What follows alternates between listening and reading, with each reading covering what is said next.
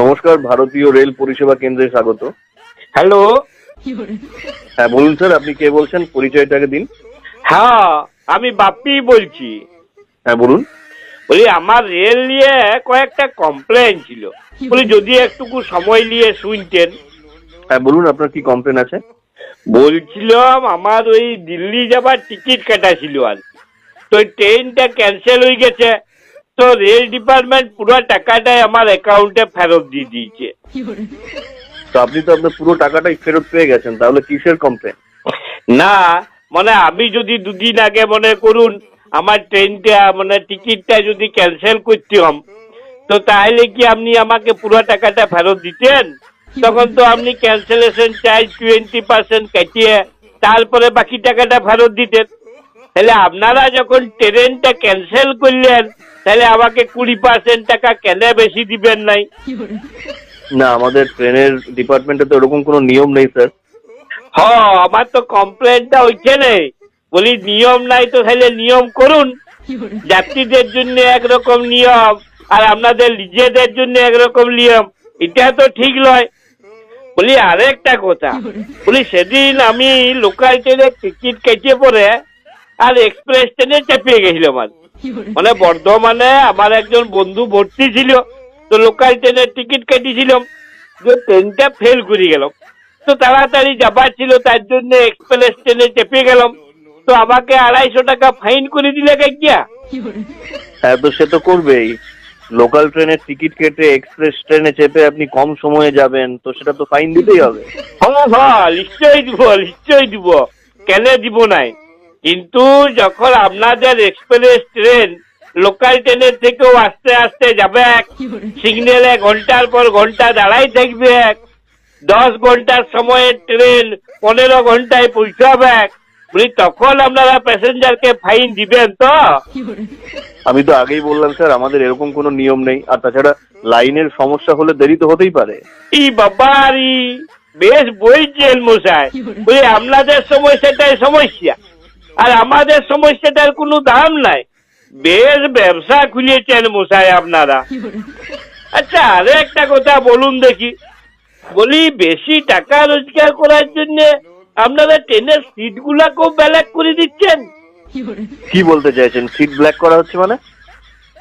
মানে আমি ভেলোর যাব বলে 2 মাস আগে থেকে টিকিট কেটে রেখেছিলাম, তো ওয়েটিং লিস্টে আমার নাম ছিল, আর 2 মাস পরেও সেই ওয়েটিং লিস্টেই নাম, আমার টিকিট আর কনফার্ম হয় নাই। আর এদিকে আমার বন্ধু তেবড়া এই 2 দিন আগে বুঝলেন বেশি টাকা দিয়ে টিকিট কেটে আপনার চলে গেলেন ভেলোর, বলে আপনারা তৎকালের নামে সিটগুলাকে ব্ল্যাক করে দিলেন। এটা যাত্রীদের সুবিধার জন্য করা হয়। হঠাৎ যদি কারো এমার্জেন্সি কোথাও যাবার দরকার হয়, সেই জন্য রেলের তরফ থেকে সুবিধাটা দেওয়া হয়। ই বাবারি, বেশ বলছেন মশাই আপনারা। বলি এমার্জেন্সি দরকারটাই দরকার, আর যা 2 মাস আগে থেকে দরকার সেই দরকারটা দরকার নয়। মনে বলতে চাইছেন আপনাদের ট্রেন, আপনাদের লাইন, আপনারা যা আইন করবেন তাই মানিয়ে নিতে হবে। আচ্ছা, আরে একটা কথা বলুন দেখি। বলুন বলুন, আপনার কি বলার আছে তাড়াতাড়ি বলুন তো।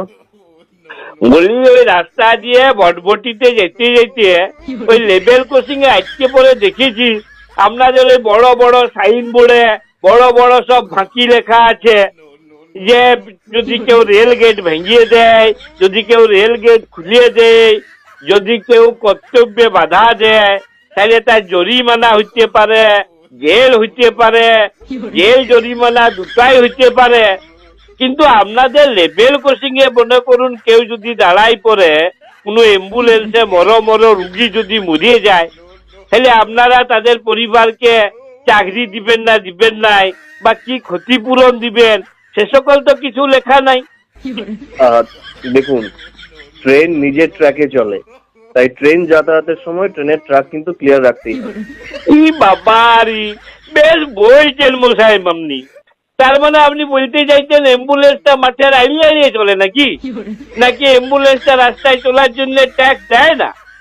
বলি আপনারা রাস্তার উপরে রেল লাইন পেয়েছেন, তাতে আবার বড় বড় আইনের কথা লিখে দিয়েছেন। বলি যার ঘর তার ঘর লয় আর ঘর জামাইয়ের পালঙ্ক। আহা, কি আনন্দ, সতীনের একটা বেটা হইছে। আপনি কিন্তু এবারে মাত্রা ছাড়িয়ে যাচ্ছেন, আমি ফোনটা রাখছি। দাঁড়ান দাঁড়ান দাঁড়ান, বলি আরো একটা জিনিস বলুন দেখি। বলি এই ফার্স্ট প্যাসেঞ্জার ট্রেন গুলোকে আপনারা কোন আক্কেলে সুপার ফাস্ট নাম দিয়ে ভাড়াগুলো 3-4 গুণ বাড়াই দিলেন? দেখুন, আপনি কিন্তু ভুল বলছেন। আগে সঠিক তথ্য জানুন, তারপর কথা বলবেন। আপনি কি জানেন ওই ট্রেনগুলোর অনেক স্টেশন কমিয়ে যাতায়াতের সময়টাকেও কমিয়ে আনা হয়েছে? ও তা বটে, তা বটে, বেশ বলছেন মশাই আপনি। মানে আপনি বলতে চাইছেন যদি আমি আমার বউকে হিল তুলা জুতো আর বকল কাটা ব্লাউজ পরাই দিই, তাহলে আমার বুড়ি বউটাও মিস ইন্ডিয়া হয়ে যাবে। Of, disgusting. আপনার সাথে ফালতু কথা বলার সময় নেই, আপনি রাখুন তো ফোনটা। দাঁড়ান দাঁড়ান দাঁড়ান, আর একটা কথা বলি। সেদিন ট্রেনে চেপে কিন্তু আমি সত্যিকারে একদম বোকা বুনিয়ে গেছি। মানে একদম নগদ 1,500 টাকা ফাইন দিয়েছি, বুঝলেন? কি ব্যাপারে? মানে সেদিন ট্রেনে যাচ্ছিলাম, তো দেখছি একটা চেয়ার ঝুলছে, চেন ঝুলছে। তো আমি টিটিকে জিজ্ঞেস করলাম, বলে এই চেনটা কি বটে? তো টিটি বললো এই চেনটা টেনে দিলে ট্রেনটা দাঁড়াই যাবে। তো আমি দিলাম চেনটা টেনে, তো ট্রেনটা ভস ভস করে থেমিয়ে গেল। হ্যাঁ, তো সেটাই তো হওয়ার কথা ছিল। সেটাই হবার কথা ছিল, কিন্তু আমি মনে করেছিলাম বোধহয় ট্রেনটা সাপের মতন খোলা তুলে দাঁড়াই যাবে। মশাই, ফালতু রাখুন তো, বাজে বকবেন না। বাজে বকার সময় না এখন, রাখুন। আরে শুনুন শুনুন, আরে একটা কথা বুঝলেন, আমার ছোটবেলা থেকে খুব জানার ইচ্ছা, আমাকে একটু ক্লিয়ার করে দেন দেখনি। বলে আপনাদের এই শতাব্দী ট্রেনটা, এটা এই মেল ট্রেন না ফিমেল ট্রেন? রাখুন তো, মেল ট্রেন ফিমেল, জানি না, বুঝতে পারুন।